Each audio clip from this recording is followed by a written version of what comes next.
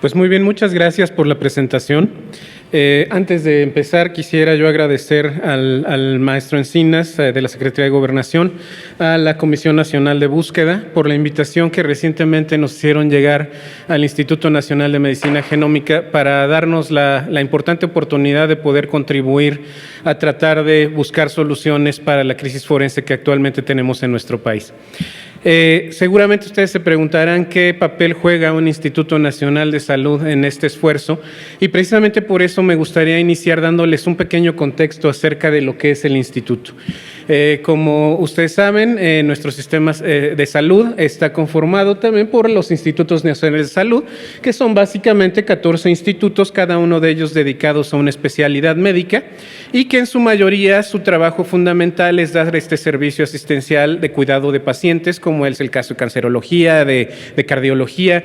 Pero habemos dos de estos Institutos Nacionales de Salud, que en realidad uno de ellos es el Instituto Nacional de Salud Pública y el otro es el Instituto Nacional de Medicina Genómica, donde nuestra labor está fundamentalmente enfocada a llevar a cabo investigación.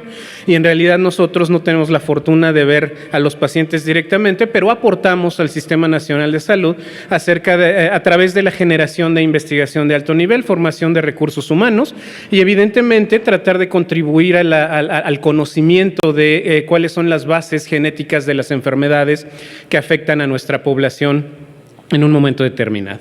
En el caso particular del INMEGEN, se creó en 2004 como el 11º Instituto Nacional de Salud en México, y nuestro objetivo es aplicar el conocimiento derivado del estudio del genoma humano para entender mejor cuáles son las bases genéticas de las enfermedades más comúnmente asociadas que vemos en los mexicanos, pero tomando en consideración esta estructura genética particular que tiene la población de México. La medicina genómica es una cuestión que potencialmente pues tiene un impacto muy profundo en lo que se refiere al manejo de la salud. Se habla de que más del 97% de todas las enfermedades humanas van a tener un componente genético en mayor o menor medida, y pues la premisa era que si conoces el genoma, pues vas a tener una mejor posibilidad de entender tanto las bases biológicas de la enfermedad como potencialmente desarrollar nuevas herramientas diagnósticas o incluso nuevas terapias para curarlas. Y evidentemente, pues para hacer este trabajo necesitas conocer cuál es la estructura genética y genómica de tu población de interés. Desafortunadamente, y como se ha manejado en varias ocasiones a lo largo de este simposio, pues lo que hemos visto cuando empezamos a trabajar, lo que vimos cuando empezamos a trabajar en la medicina genómica aplicada a la población de México, es que si ustedes revisan las bases de datos internacionales sobre genómica, pues en realidad la proporción de pacientes mexicanos, latinoamericanos o hispanos en este tipo de bases genéticas pues es bastante limitada. Este es un censo de los estudios genómicos que se están llevando a cabo en el mundo, y evidentemente pues la mayor parte de los estudios que se han llevado a cabo en este tipo de análisis, pues son hechos en población caucásica. En realidad, la presencia de población latina en este tipo de estudios es muy baja. Estudios en donde los sujetos se autodenominan latinos solo son el 5.12% de la totalidad de estos estudios. Y sobre todo, ya cuando haces un análisis más detallado de la ancestría que viene en cada individuo que está participando en estos estudios, pues todavía se pone peor, porque en realidad solo el 1.2% de los pacientes que han sido analizados en un contexto genómico tienen una ancestría latinoamericana real. Entonces esto nos hace que pues tenemos que generar nuestros propios datos. Tenemos que establecer proyectos que nos permitan realmente conseguir las muestras adecuadas y llevar a cabo los análisis genómicos que nos permitan caracterizar la diversidad genética que observamos en nuestra población. Y en ese sentido, la pregunta que nos hacemos es: hay muchas bases de datos internacionales a las que puedes acudir para medicina genómica, pero como ya vimos, la falta de representatividad de poblaciones no caucásicas pues es muy evidente. Entonces, ¿cómo puedes aplicar el conocimiento que se deriva de un análisis que se hizo, por ejemplo, en finlandeses, a una población tan diversa como la nuestra, que pasó por un proceso de mestizaje y que realmente va a tener una dinámica poblacional y una historia demográfica completamente distinta a las poblaciones europeas? Y bueno, evidentemente, pues lo que nos interesa es cómo realmente aterrizamos esta información para poder realmente aplicarla en lo que está a nuestro alrededor, en la población mexicana. Y cómo además de conocer esta estructura genética de la población, además de tener un impacto potencial en la salud, ¿en qué otras áreas del conocimiento puede contribuir este tipo de análisis? Y precisamente ese es el papel que podríamos jugar en este momento en el entorno de la identificación humana. Precisamente con esto en mente, empezamos en el 2005 un proyecto que se llama Análisis de la diversidad genómica en poblaciones de México, en donde tenemos que tomar en consideración esta historia demográfica de nuestro pueblo. Casi todos, de hecho todos nosotros, somos el producto de un mestizaje que se dio hace 500 años entre la población amerindia que habitaba nuestro país y las poblaciones europeas que llegaron después del descubrimiento de América. En la actualidad tenemos las herramientas, como se ha discutido también en algunas partes del simposio, de poder utilizar marcadores genéticos para determinar qué porcentaje de nuestro genoma proviene de una población amerindia, qué proviene de una población europea, qué proviene de una población africana. Y precisamente lo que nosotros hemos estado desarrollando en el instituto es este tipo de análisis para poder identificar cómo están representados estos componentes ancestrales de las distintas poblaciones en la diversidad genómica de nuestra población. Para esto, en una primera fase, lo que hicimos fue colectar muestras de 300 individuos de áreas urbanas de 6 estados de la República Mexicana y también incorporar una población amerindia de zapotecas, 30 individuos de indígenas zapotecas del estado de Oaxaca, en donde se llevó a cabo un esfuerzo a nivel nacional para hacer una difusión de este tipo de proyecto e invitar a los participantes a que pudieran donar su muestra y participar en este tipo de estudios. Entonces, también esa es otra de las cosas que podría aportar al instituto. Desde el entorno de salud tenemos una capacidad de convocatoria a través de las distintas secretarías de salud estatales, donde potencialmente se pueden llevar a cabo estas colectas masivas para en este caso, para el fin de identificación humana. Y para hacer este estudio utilizamos unas herramientas que nos permiten evaluar la presencia de 100,000 marcadores genéticos a lo largo de todo el genoma para realmente evaluar cuáles son estas diferencias que vemos entre una población del norte del país contra las del centro y sureste de nuestro México, ¿no? Este primer resultado lo publicamos en el 2008 y básicamente esta es una de las gráficas que hace un compendio de nuestros hallazgos, ¿no? Nosotros comparamos la diversidad genética de la población mexicana, por ejemplo, con los europeos.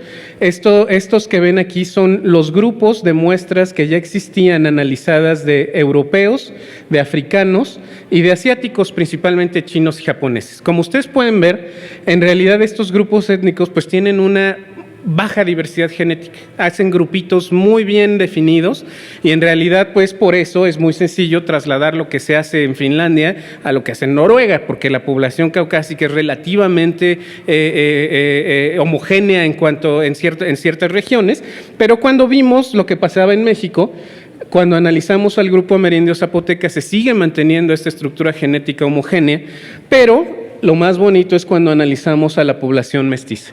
La población que tiene esta mezcla diferencial de distintos marcadores genéticos que nos indica claramente que pues volteen a ver entre ustedes. Tenemos en México desde gente que tiene componentes muy caucásicos hasta componentes amerindios y sobre todo también en el caso de las costas, por ejemplo, un alto componente ancestral también de origen africano. Y claramente esto nos demuestra, como ayer recuerdo, por eso ayer estaba viendo yo la correlación entre lo que hace Mircha, por ejemplo, del análisis morfológico de los cráneos, vemos claramente, también a nivel genético, que no podemos encontrar marcadores definidos de un estado particular.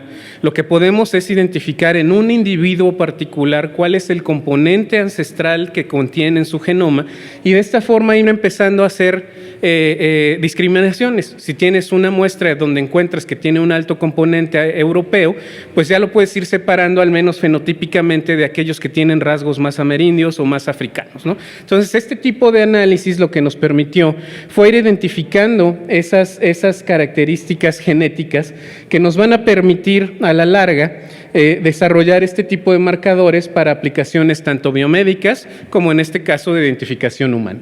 En una segunda fase del proyecto, que llevamos a cabo hasta el 2014, se amplió el número de marcadores genéticos que se utilizaron a 1,000,000, se incorporaron más de 500 individuos de distintos grupos amerindios de México, y ahí también se aumentaron 500 individuos mestizos de 11 estados de la República. Y pues lo que salió en estas gráficas, lo que ustedes pueden ver es una representación gráfica de los marcadores genéticos que están en las muestras europeas, el componente amerindio, que en la mayor parte de las poblaciones amerindias que analizamos evidentemente es muy elevado, y es las mezclas que se pueden observar en las poblaciones amerindias. Hay poblaciones amerindias que tienen muy poca mestizaje y hay otras que sí tienen un mestizaje mayor, y de hecho hay varias líneas particulares, por ejemplo los mayas, representados por la península de Yucatán, que sí tienen marcadores muy particulares de su población, también como los seris o los huicholes en el norte del país. Y bueno, vean las muestras que son las mezcladas de toda la República, pues simplemente confirmamos que en realidad cada estado va a tener personas muy europeas, personas muy indígenas y todo lo que hay en medio. Entonces, en realidad aquí lo que sacamos de esta información es pues que evidentemente la población mexicana tiene una alta diversidad genómica y que se pudieron desarrollar las herramientas adecuadas para medir de forma individual estos componentes ancestrales en un individuo particular. Un hallazgo que fue muy relevante para este trabajo fue que si ustedes comparan la distancia genética entre una persona seri con un maya de Campeche, es más distante genéticamente estos dos grupos amerindios de México que un europeo y un asiático. Ese es el tamaño de la diversidad genética que tenemos en nuestro país. Evidentemente de esto, pues la idea es irla aplicando tanto a cuestiones de salud como en este caso derivarlo a aplicaciones de identificación humana. Para esto, y sobre todo siguiendo con esta idea del análisis ancestral de los componentes en el genoma, pues hemos estado trabajando para identificar estos que se llaman marcadores de ancestría, marcadores genéticos de ancestría. No tengo que analizar el 1,000,000 de marcadores que analizamos inicialmente en el proyecto, sino que ir reduciendo este número de marcadores para bajar el costo que tendríamos que dedicarle a analizar una muestra particular y determinar con un alto grado de certeza cuánto tiene de amerindio, cuánto tiene mestizo, cuánto tiene de europeo, cuánto tiene de africano. Y de esta forma empezar, en el marco de una identificación, pues tratar de ir generando una imagen genética de cómo podría ser el fenotipo, lo que vemos, el aspecto físico de esa persona cuando estuvo en vida, ¿no? Y lo que se reportaría pues sería algo similar a esto, ¿no? Con este tipo de marcadores uno puede hacer un análisis muy detallado de cuáles son los marcadores ancestrales que se están presentando, incluso a nivel de ciertas regiones ya continentales, ¿no? Adicional a esto, pues estos estudios también nos permitieron sentar las bases para empezar a desarrollar otro tipo de cosas. Cuando hablamos de la genética, evidentemente esto va a tener un impacto tanto en de qué nos enfermamos o no, pero sobre todo, pues la visión más común que tenemos de nuestra genómica, pues cuando nos vemos al espejo, ¿no? Nuestra genética es lo que determina cuánto medimos, cuál es nuestro color de piel, nuestro color de ojos, nuestro color de cabello. Y en este caso, en este artículo que se publicó recientemente en este año con participación de investigadores del instituto, lo que se llevó a cabo es un estudio en donde se analiza cómo se asocian variantes genómicas que están dentro de nuestro genoma con la forma del cráneo y la forma de la cara. Lo que discutíamos ayer en el trabajo morfológico, vemos que tiene claramente un componente genético con el cual podemos hacer correlaciones. Y en este trabajo se identificaron varios marcadores genéticos que se van a asociar desde cuestiones que implican el ancho del puente de la nariz hasta el largo de la frente. Y poco a poco, a pesar de que aún todavía estamos lejos de que con una muestra de DNA podamos hacer un retrato hablado de una persona, poco a poco estamos identificando estas variantes genéticas que en relación con estudios morfológicos, por ejemplo, sí nos pueden ir acercando un poco más para tener una idea clara de cómo lucía una persona en vida y tratar de tener más datos sobre los cuales basar una identificación positiva. Todo esto se hizo con distintos tipos de herramientas. La más reciente de ellas es la secuenciación masiva de nueva generación. ¿Esto qué quiere decir? Si yo quiero analizar el genoma de una persona, el genoma nuestro está compuesto por 4 letras, pero son 3.200 millones de letras que están en cada una de nuestras células. En la actualidad es factible conocer la secuencia completa de ese genoma, y eso ha sido principalmente porque el costo de estas tecnologías ha disminuido de forma radical en los últimos años. Esto nos permite realmente el día de hoy pensar con los recursos a veces limitados que se cuentan, que sí es posible, por ejemplo, en un ámbito médico, tomar el tumor de una persona, secuenciarlo y compararlo con su genoma normal y ver qué se alteró en el tumor para tomar decisiones médicas. Y lo mismo tiene aplicaciones en la cuestión forense. La secuenciación de nueva generación, estas tecnologías de análisis de alto rendimiento del DNA, están cambiando la forma en la que estamos haciendo o que se están haciendo los estudios de identificación. Por lo general, las técnicas que utilizan y que son las más aceptadas a nivel mundial son estos estudios de segmentos de nuestro genoma que cambian en su tamaño y que yo puedo tener una combinación de tamaños que es completamente distinta a la de todos los seres humanos de una población determinada, que son los famosos STRs, ¿no? Con la posibilidad de hacer este tipo de identificación con secuenciación de nueva generación, no nada más vamos a obtener la información derivada de estos marcadores STRs, que son los más comunes, sino además vamos a poder incorporar estos marcadores, por ejemplo, de ancestría regional, de los que hablamos, que te permite saber si era amerindio, si era europeo, si era alguien más mezclado. También algunos marcadores que son únicos de esa persona. Se conoce que hay un cierto grupo de marcadores que nosotros solo tenemos y nadie más. Entonces, esto también te permite incrementar de una forma importante una identificación única de un individuo.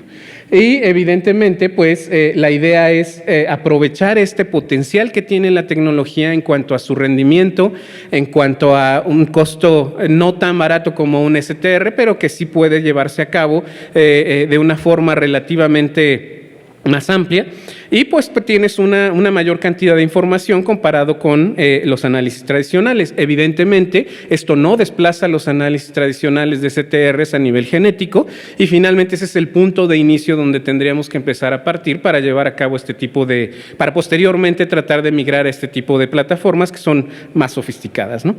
Esto se hace fundamentalmente, pues, para hacerlo necesitas los equipos en donde llevar a cabo este tipo de análisis, y en el futuro muy cercano, al parecer, esta es una gráfica que tomé de un artículo que discute precisamente acerca de las aplicaciones en identificación humana de la secuenciación masiva de nueva generación. Y además de la identificación humana basada en los marcadores tradicionales como STRs, polimorfismos de un solo nucleótido, ya vimos que también vamos a poder hacer análisis de ancestría, vamos a poder medir marcadores que se asocian con la apariencia física de las personas. Hay marcadores que se asocian con el color de los ojos, el color de la piel, el tipo de cabello, si es quebrado o no, o es lacio. Y otra muy importante, sobre todo en muestras que han estado expuestas a la intemperie, pues es la identificación de contaminación con DNA de otras especies. Siempre vas a poder tratar, analizando la secuencia que estás obteniendo en una de estas máquinas, tú puedes separar lo que es la secuencia que viene del humano contra lo que es contaminantes bacterianos, contra lo que es otro tipo de animales, y de esta forma también poder generar evidencia en el sentido qué es lo que ha pasado con esa muestra a lo largo del tiempo. Evidentemente, ya después, utilizando otro tipo de tecnologías, incluso se están haciendo evaluaciones de edad analizando el DNA de una persona. Yo puedo sacar el DNA de una persona, medir unas marcas que se dan en el DNA que se llaman metilación, y sabemos que estas marcas de metilación van a cambiar a lo largo de nuestra vida. Entonces, podemos generar un reloj biológico para tratar de determinar la edad que tenía esa persona cuando falleció, o incluso utilizando otras metodologías como el análisis de otras moléculas que se llaman microRNAs, pues se están desarrollando marcadores para definir el tiempo de muerte. Dependiendo de qué moléculas veamos en una muestra, se puede determinar más o menos cuál es el lapso entre lo que ha fallecido esa persona y el tiempo que ha pasado hasta aquí. De hecho, es algo que hemos trabajado mucho con el doctor Mariano Guardado, ahí en la UNAM, en colaboración con el instituto. Ahora, ¿qué hacemos nosotros en el INMEGEN? De inicio, pues lo que tenemos ya perfectamente bien montado son las pruebas de identificación humana, al menos basadas en STRs, que en este momento, y hay que dejarlo muy claro, nosotros no hacemos en este momento análisis forense de muestras, pero precisamente por eso estamos aquí, para apoyarlos en ese sentido y aprovechar lo que se tiene para incorporar este tipo de análisis. En este caso, lo que nosotros estamos haciendo es ya lo tenemos montado para pruebas de paternidad.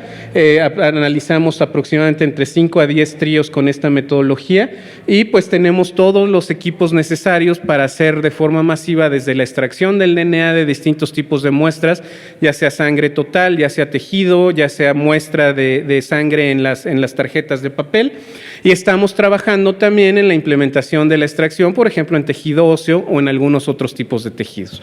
Y evidentemente pues, se tiene todos los equipos necesarios de electroforesis capilar para llevar a cabo este estudio de forma masiva. La otra es que también, pues a lo largo de la historia del instituto hemos tenido la fortuna de poder hacernos de equipamiento que nos permite llevar a cabo esta extracción de DNA de forma automatizada. Tenemos robots que en una sola corrida de extracción pueden extraer el DNA de 96 muestras a la vez y esto rompe estos cuellos de botella. Realmente consideramos, desde que nos sentamos a platicar esto con la Comisión Nacional de Búsqueda, que tenemos que utilizar estas herramientas automatizadas si realmente queremos tener un impacto en la identificación masiva de los individuos. Entonces, hay que aprovechar lo que ya está. El instituto forma parte del gobierno federal y estamos a la disposición de apoyar en este sentido para lograr un mayor éxito en la tasa de identificación. Aparte de este proceso automatizado de extracción de DNA, pues tenemos, como ya vimos, los secuenciadores capilares de DNA para el análisis de CTRs y en un momento determinado, si tenemos muestras complejas que en donde no obtienes un DNA de buena calidad y donde los STRs no te van a amplificar, pues podemos irnos a las otras opciones a través de secuenciación masiva para analizar DNA mitocondrial o para utilizar otros tipos de paneles en donde analices otro tipo de marcadores que sin sacrificar la exactitud en una identificación, pueden ser también útiles para llevar a cabo esta identificación. Entonces, contamos con las plataformas de secuenciación y también podemos analizar muestras de forma masiva para poder incrementar el número de muestras por corrida.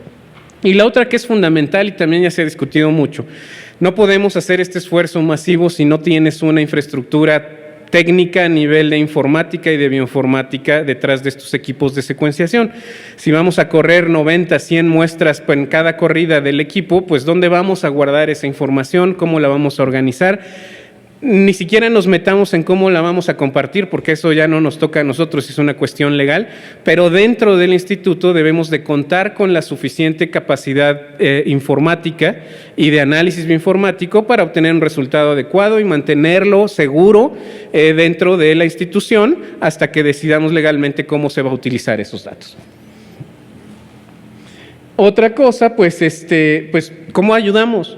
¿Cómo ayudamos? Nosotros lo que ponemos a disposición de todos ustedes, pues es que tenemos, como ya vieron, la infraestructura instalada y el personal que es, pues tiene toda la experiencia en los manejos de biología molecular. Nosotros lo hacemos para enfermedades humanas, pero todas estas técnicas de biología molecular claramente tienen una aplicación en los kits de identificación humana, entonces simplemente hacer el cambio a esa aplicación.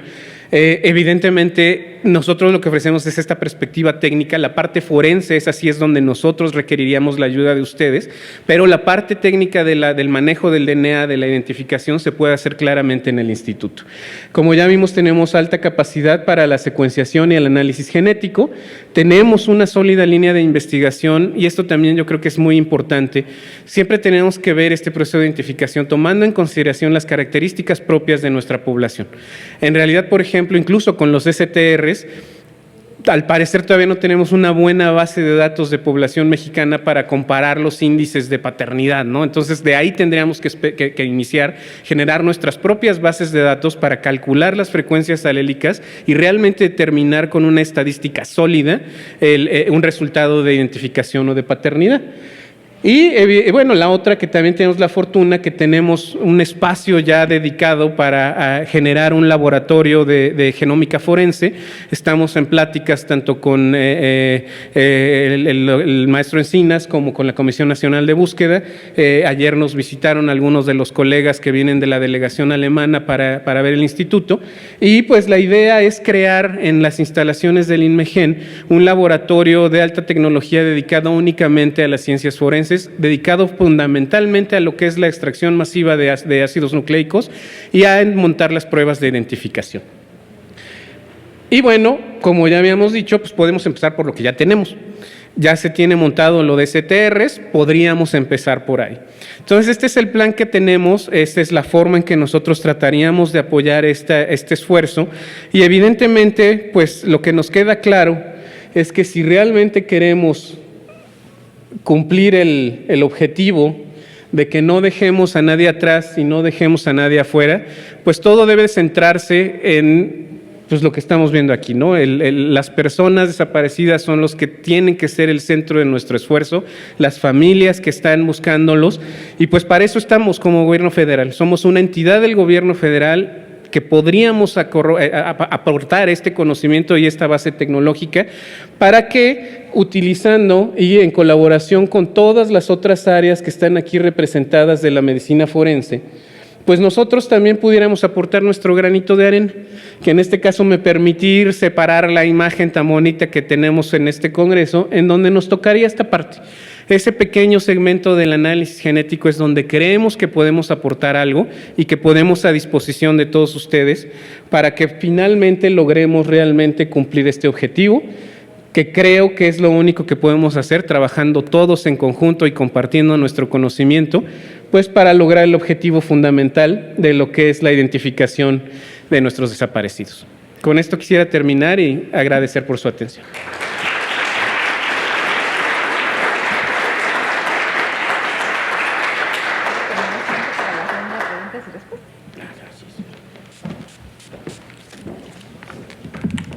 Vamos a dar paso a una breve ronda de preguntas y respuestas, si las hubiese.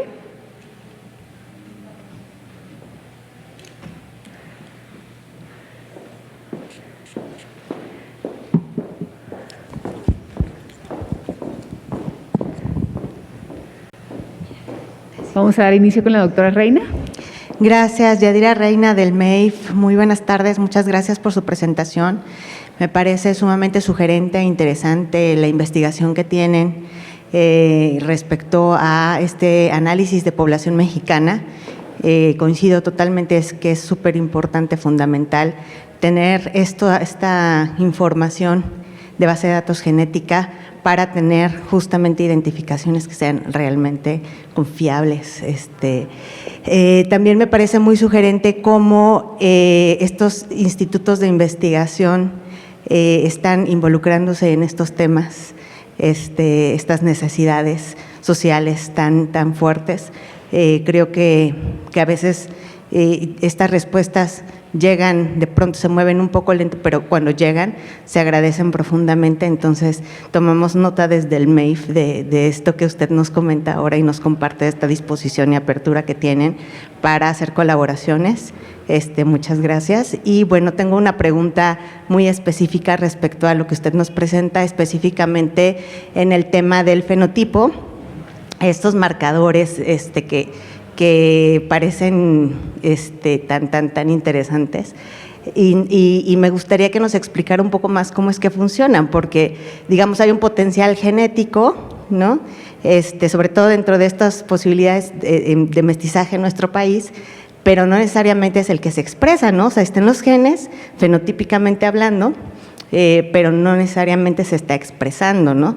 ¿Cómo podrían o cómo funciona el que ustedes lo ubican, ¿no? ¿Ubican el potencial genético o propiamente la expresión de ese fenotipo? Eso siempre me llama la atención. Gracias. Bueno, muchas gracias por su pregunta. Y bueno, pues los honrados somos nosotros por colaborar con todos ustedes en este esfuerzo. Evidentemente sí, el instituto está buscando también recuperar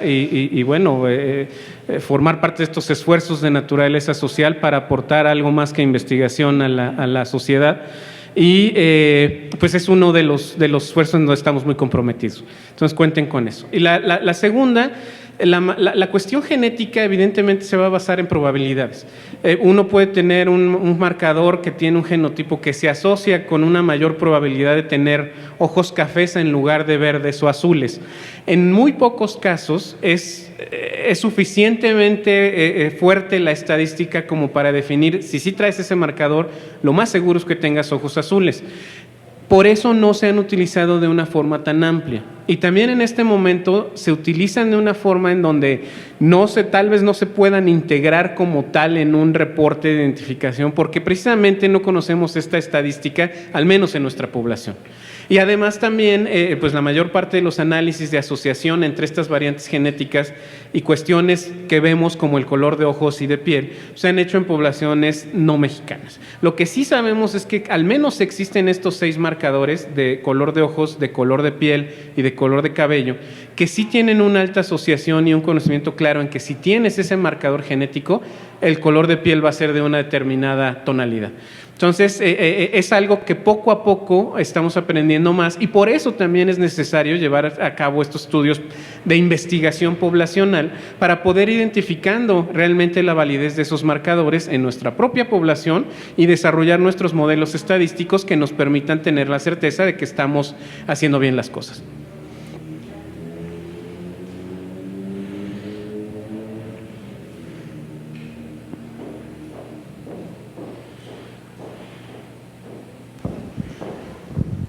Aurora, discúlpame, primero atrás y luego para acá. Hola, Andrés López de la Universidad de Guadalajara. La pregunta muy concreta es, ¿cuál es el costo por muestra para determinar la predicción fenotípica de características de ancestría biogeográfica? No te tengo la respuesta concreta, pero depende qué tecnología utilices para hacerlo. De hecho, por ejemplo, el panel que desarrollamos de 32 SNPs, pues es relativamente de bajo costo si lo comparas con una tecnología que te evalúe cientos de SNPs o con una secuenciación. No te podría dar un número, pero si quieres te lo investigo, mándame un correo y te lo paso. De acuerdo. En el caso muy particular era sobre secuenciación masiva en paralelo. No, bueno, ahí hacer secuenciación masiva en paralelo para un análisis de ancestría yo creo que está sobrado. También ahí hay que definir cuál es la pregunta. Por ejemplo, si quieres utilizar este panel de identificación humana, pues no te va a dar nada más la ancestría, te va a dar todos los otros datos adicionales. Si la pregunta es simplemente evaluar la ancestría de una muestra, pues se puede hacer con otro tipo de tecnología de menor costo. Y tendríamos también que ver cuál es el costo actual de estos kits de secuenciación para darte un costo determinado, pero eso lo podemos discutir en detalle. Adelante. Ricardo Toledo del Instituto Jalisciense de Ciencias Forenses. Felicidades por su ponencia y me gustó mucho la referencia de todos los artículos que está manejando. De verdad, felicidades. Y mi pregunta es, en la referencia que dijo que eran 96 muestras las que podían hacer al mismo tiempo, ¿en cuánto tiempo tienen esos resultados? Va a depender. Bueno, evidentemente, por ejemplo, para los estudios que nosotros llevamos a cabo utilizando sangre periférica, DNA de sangre periférica total, pues puedes hacer una corrida de extracción de DNA utilizando los robots y vas a tener el DNA ya purificado en unas 3 horas, más o menos. Sí, porque precisamente esa es la ventaja, que el robot te maneja las placas completas de 96 y no lo haces uno por uno. Entonces es una forma de hacer más eficiente tanto el tiempo como reducir error humano y hacer un uso más eficiente de los reactivos. Obvio, pues tienes que tener acceso al equipo y tienes que tener un número de muestras adecuado para poder hacer eficientes tanto las corridas de extracción como las de secuenciación. Es ahí donde se vuelve interesante este abordaje para un análisis masivo de muestras. Desafortunadamente, pues tenemos el problema y solo si lo abordamos desde esa perspectiva masiva es donde podemos hacer un impacto utilizando este tipo de tecnologías que te van a permitir hacer más rápidos los tiempos, eficientizar el uso de los reactivos y potencialmente generar resultados más rápidos.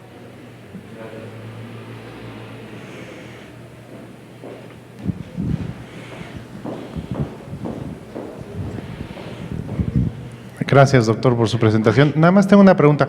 De estos marcadores que usted dice que ya se pueden señalar fenotípicamente identificadores, ¿no podrían revelar otro tipo de información sensible como predisposición a desarrollar enfermedades o aspectos conductuales? Es que en una investigación que hice con una doctora de la Facultad de Ciencias teníamos mucho esa preocupación que creo que, y dado que no hay nada legislado aquí en el país, es un problema que tenemos, que se puedan utilizar esos mismos marcadores con esas finalidades. Entonces no sé qué tanto sí los han logrado separar, que sean de mera identificación sin que necesidad de revelar aspectos de propensión a enfermedades o conductuales, ¿no? En efecto, y de hecho en el instituto también tenemos un área de estudios éticos, legales y sociales de las aplicaciones de la medicina genómica, y uno de los principales factores de preocupación es ese. Estos kits de identificación humana en realidad se enfocan a marcadores que realmente te van a permitir hacer esa labor, pero por ejemplo si pasas a una secuenciación de genoma completo, y sucede, tú puedes estar haciendo un estudio buscando genes de susceptibilidad a cáncer de mama y encuentras una paciente que es portadora de una alteración que la predispone a Alzheimer. En la jerga de la genética se llaman datos, hallazgos incidentales. ¿Cómo los vas a manejar? Tiene que incluirse en tu consentimiento informado, tienes que pasar por un consenso de una cita con un genetista y muchas veces pues también tener en consideración la opinión del propio paciente en el sentido si quisiera enterarse de eso o no, ¿no? Pero es una de las cuestiones que vienen de la mano con este tipo de análisis. Si no te centras a una pregunta muy particular y abres tu espectro, pues no tenemos nada más íntimo que nuestro genoma y puedes encontrar resultados incidentales que ni quieres saber tú y que potencialmente van a afectar tu relación con tu familia, con tu empleador y con la sociedad en general. Y en efecto, tenemos que desarrollar un marco jurídico, también estamos trabajando en eso, para arreglar y normar todo ese tipo de cosas. Hola, soy Alexa Villavicencio de Ciencia Forense de la UNAM. Tengo una pregunta y un comentario. La pregunta a lo mejor requiere sacar la bola de predecir el futuro. No sé si han pensado, si analizarían muestras de referencia o muestras dubitadas. Y mi comentario es que pienso, o sea, me parece un buen esfuerzo y claramente es necesario, pero siento que no, o sea, que podrían analizar miles de perfiles, pero si la información que ustedes generen no va a hablarse con la que ya existe en las bases de datos de FGR y todas las que existen dispersadas en el país, siento que es un esfuerzo que no va a jalar. Exacto, y entonces no sé si entiendo de nuevo, bola de predicción del futuro, si hay algo que el INMEGEN esté planteando para construir ese puente y que no solo se generen miles de perfiles genéticos, sino que haya una confronta con la información que ya se tiene. Gracias. Empecemos por la segunda, y yo creo que la bola de cristal es más útil ahí, porque en realidad es algo que no depende de nosotros. Es algo que depende de cambios incluso en la legislación, que sabemos que se están empujando, y que al parecer el hecho de que nosotros estemos aquí hoy sentados podría plantear una posible solución a eso. Que alguien independiente pudiera empezar a hacer los análisis y tratar de generar una base de datos relativamente independiente, pero todavía quedan muchos vacíos legales que tendríamos que sentarnos a planchar entre todos, sobre todo con nuestras autoridades, para ver qué vamos a hacer con eso. O sea, creo que técnicamente, bueno, evidentemente existe la necesidad, técnicamente se puede resolver, pero nuestro alcance ya no llegaría en cómo vamos a tomar las decisiones legales para que esa base de datos realmente tenga un impacto. En la actualidad lo que sí sé es que al menos la Comisión Nacional de Búsqueda y la Secretaría de Gobernación están tratando de encontrar soluciones a ese tipo de cosas, pero también estamos en una disyuntiva, o nos sentamos a esperar a que suceda y no hacemos nada, o mejor empezamos a hacer cosas, aunque se vayan empezando a acumular los perfiles, pero al menos que se genere ya esa necesidad de demostrar que sí se puede hacer algo con un poco más de presteza y que ojalá eso pudiera favorecer una decisión política o legal más rápida, ¿no? Y la otra, era, ¿qué era la otra? Sí. En este momento, podríamos empezar con las muestras de referencia, porque evidentemente es lo que ya tenemos montado. O sea, una muestra de referencia de sangre total o de una tarjeta de FTA, lo podemos hacer ya en este momento y podríamos empezar a generar los perfiles de las muestras de referencia. El plan que tenemos, y de hecho ahí también lo que platicamos con nuestros colegas alemanes, es precisamente un plan por etapas. Podríamos empezar con lo que ya hay, que son las muestras de referencia. Un segundo paso sería empezar a dar salida a las muestras óseas de fallecidos recientemente, en donde no es tan complejo tal vez la extracción del DNA y tienes una mayor posibilidad de éxito, y en paralelo ir adquiriendo experiencia para posteriormente empezar a atacar las muestras más difíciles, en donde realmente sí vas a necesitar muchísima experiencia que en este momento no tenemos. Vamos a cerrar con la pregunta de Valentina. Gracias, doctor. Hace unos días estuvo aquí el doctor Takahashi, del INCIFO, y nosotros sabemos que ellos tienen miles de muestras biológicas acumuladas en papel que no se han procesado por falta de recursos. Y la pregunta es si ustedes estarían en posibilidades de procesar esas muestras y que esas miles de perfiles genéticos de al menos 14,000 personas que ellos han enviado a las fosas comunes, a la fosa común en el Panteón de Dolores, pudieran, una vez obtenido su perfil genético, correrse en todo el país, porque eso es lo que no se ha podido hacer. Entonces, ¿eso sería viable dentro del instituto? Lo que podremos hacer sobre la base de la extracción como tal y de la generación del perfil genómico, sí se podría hacer.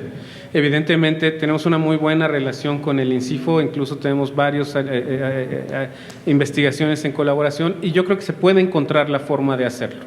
Volvemos al punto de que una vez generados los perfiles, ya no estaría en nuestras manos, al menos del instituto, cómo hacer la corrida con las otras bases de datos a nivel nacional. Pero de que técnicamente en el instituto se podría hacer, sí se puede llevar a cabo. Bien, y esta respuesta que me da un complemento de la pregunta. Ya tenemos entonces, hipotéticamente, esos perfiles de esas personas que están en esa fosa. Y las familias voluntariamente, aunque lo hayan hecho ya mil veces, irían 1001 a dar la muestra con ustedes. Exacto. Para no esperar a que alguien se ponga de acuerdo con el otro, alguien quiere o no quiere, sino que con la disposición del instituto podríamos operativamente hacer digamos, un grupo piloto en que podríamos nosotros trabajar con el INCIFO y a la vez con los colectivos de familias organizadas que podrían fácilmente convocar a ofrecerles las muestras biológicas. Casi todas las familias vienen a la Ciudad de México cada 3-4 meses convocadas por la Fiscalía General de la República. Vienen en fechas específicas y podríamos darle la información de esa programación para que se pudiera contemplar si esas familias ya que están en la ciudad pudieran ir a ofrecer una muestra sanguínea con ustedes. Pues yo creo que es algo que vale mucho la pena explorar. Podemos platicarlo con las autoridades del INCIFO y evidentemente para las muestras de referencia pues sería muy útil esta colaboración con ustedes para que una vez más pudiera se tomara esa muestra y iniciáramos la creación de una base de datos independiente en el marco de este proyecto, siempre y cuando pues esté dentro de los acuerdos que lleguemos con las autoridades de la Secretaría de Gobernación y del Consejo Nacional de Búsqueda, pero técnicamente es factible llevarse a cabo. Doctor Hidalgo Miranda, muchísimas gracias por su exposición y por la ronda de preguntas y respuestas. Gracias. Muchas gracias.